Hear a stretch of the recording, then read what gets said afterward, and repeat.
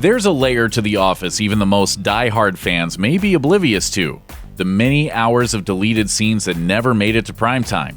Some episodes have so many that they nearly constitute separate episodes unto themselves, and many are just as funny as the jokes we still quote endlessly.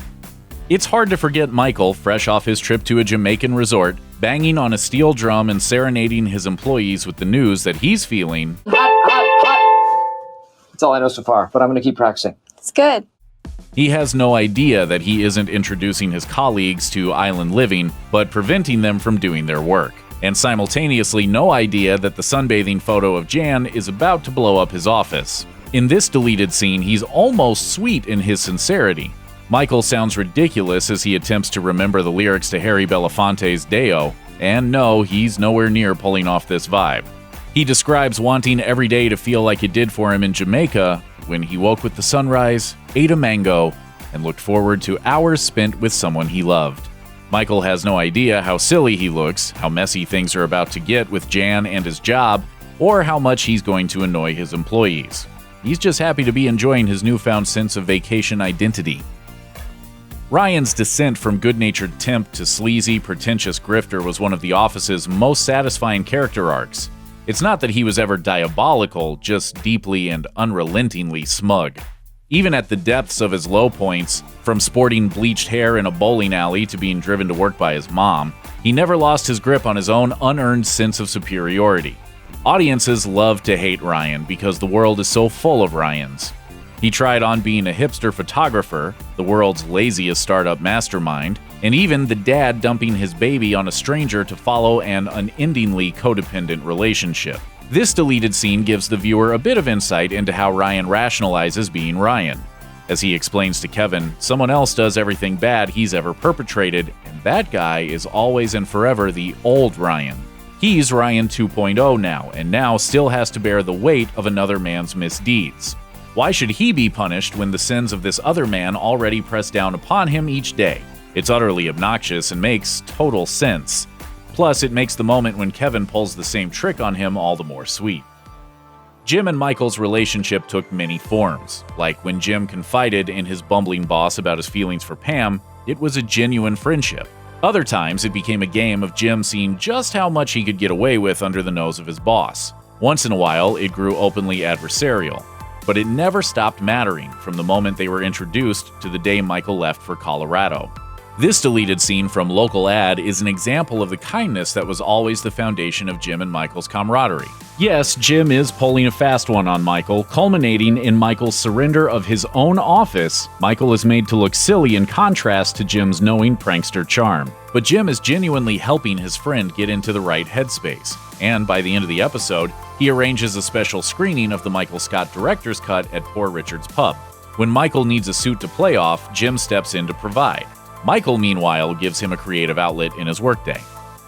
Perhaps The Office's greatest trick was its casting of real-life rock star Creed Bratton as a fictionalized version of himself. Bratton's performance never entirely strayed from the truth of his origins. The former musician was in the 1960s band The Grassroots and ended up playing a bizarre alternate universe interpretation of himself in The Office.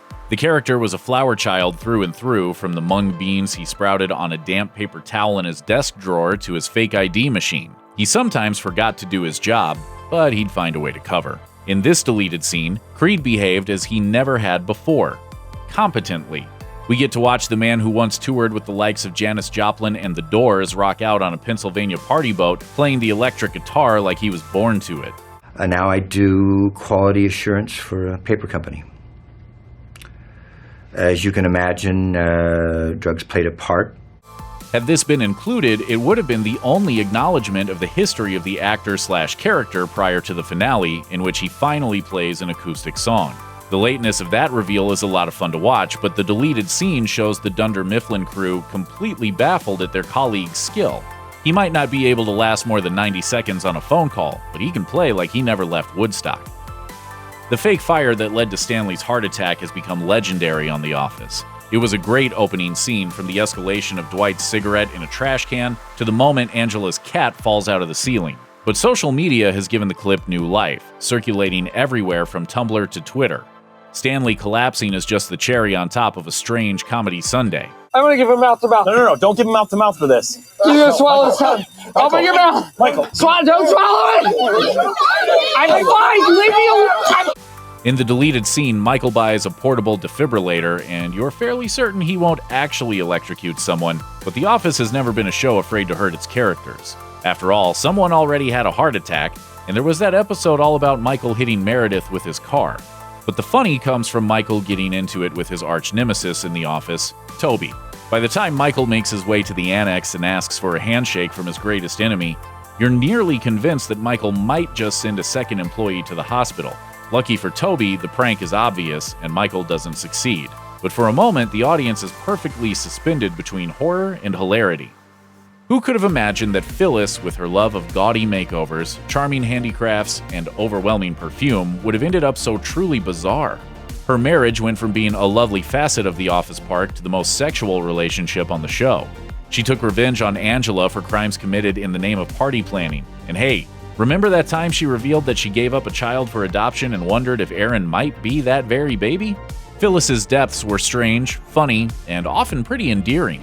But in one deleted scene, things take a turn for the wildly morbid. Phyllis straight up confesses to manslaughter that she and Bob only narrowly got away with, a crime she isn't even able to convince herself into dismissing. It's humor so dark that it makes sense that it was cut. But as a deleted scene cast into the quasi-canon of the show, it's truly horrifically hilarious. Before Andy was in and out of love with Aaron, before he was the boss, he was a fumbling salesman with nothing but a Cornell degree to his name. Among the earliest hits he would take was the moment he realized the young woman he'd been seeing was, in fact, an underage high schooler. The Office pulled a bit more comedy from the otherwise criminal situation in this deleted scene. Andy cartoonishly confronts his girlfriend, Jim attempts to keep Andy from incriminating himself, and it becomes more and more clear just how thoroughly she and her friends were using him for access to the adult world. Cutting this scene made the plotline more focused on Andy's failure to establish himself in Scranton, and made it less cringeworthy. Sometimes comedy comes from the stuff you don't see. It makes sense that we don't get to see much of Michael splashing around in the titular koi pond of this 6th season episode, especially when much of the story hinges on exactly how he fell in. But a deleted scene, which shows the security camera footage of the fall and its aftermath, reveals the whole affair as a showcase of comedy greatness. Carell shows off his slapstick chops to an extent rarely seen in the show, somehow managing to drag the event into an operatic odyssey. He repeatedly underestimates how far the edge of the pond is as he slips and stumbles. The fish are bewildered and, as we learn later in the episode, endangered by Michael's pratfalls. Michael, the custodian called again. Apparently a koi has died. It's a fish. And through it all, the security camera sweeps calmly back and forth. There's just something perfectly absurd about it and reminds us of just how good physical comedy can be. Jim and Dwight's rivalry was a pillar of The Office from beginning to end. What made their tension so special was the fact that Dwight never stopped believing himself to be the superior man, despite the many, many times Jim took him down a peg. Dwight is, according to himself, the true authority in the office, an alpha male, a genius, and so entirely perfect at being himself that his Second Life virtual persona just happened to also be a Pennsylvania paper salesman who owned and operated a small-scale beet farm. It's Dwight's ego which makes this deleted scene so special. Dwight's password is Frodo, because of course it is, and then he changes it to Gollum, because of course he does. A lesser show might have reduced Jim to a bully and Dwight to the kicked-around patsy, but the cast and crew of The Office knew that Dwight would never allow himself to be reduced to such a cringing caricature. He's the volunteer sheriff and would never show any kind of weakness around his rival. But the audience roots for both of them because no one's really getting hurt, and Dwight and Jim need each other to get through their days at Dunder Mifflin. In this deleted opening scene, Dwight is faced with the greatest dilemma of his life. When authority is compromised, who should he obey? He walks in to find his entire desk circled in police tape, wondering what happened. His first instinct is to look at Jim, who is the obvious prankster. On the one hand, Dwight believes himself to be the greatest of all leaders, evidenced most dramatically by the time in which he was manager. He became something of a dictator, commissioning portraits of himself for the conference room and painting his office as black as possible to intimidate the employees that he, of course, only ever refers to as subordinates. And yet Dwight is just as defined by his servility. He never loses a chance to play assistant to Michael and all who fill the managerial role after him, even if it comes at the cost of his dignity. To Dwight, there is no dignity without hierarchy. Essentially, he becomes a robot faced with a paradox. We often saw Dwight reduced to ridiculousness, but rarely did we ever get to see him play a part in it himself. Season 4 starts off strong, and not just because Jim and Pam finally decide to act on their feelings. That long-running plotline plays second fiddle to the real star of the season opener, the moment Michael hits Meredith with his car. The entire show came from that moment, poised on the edge between horrifying and hysterical that The Office kept sharpened to a wicked point.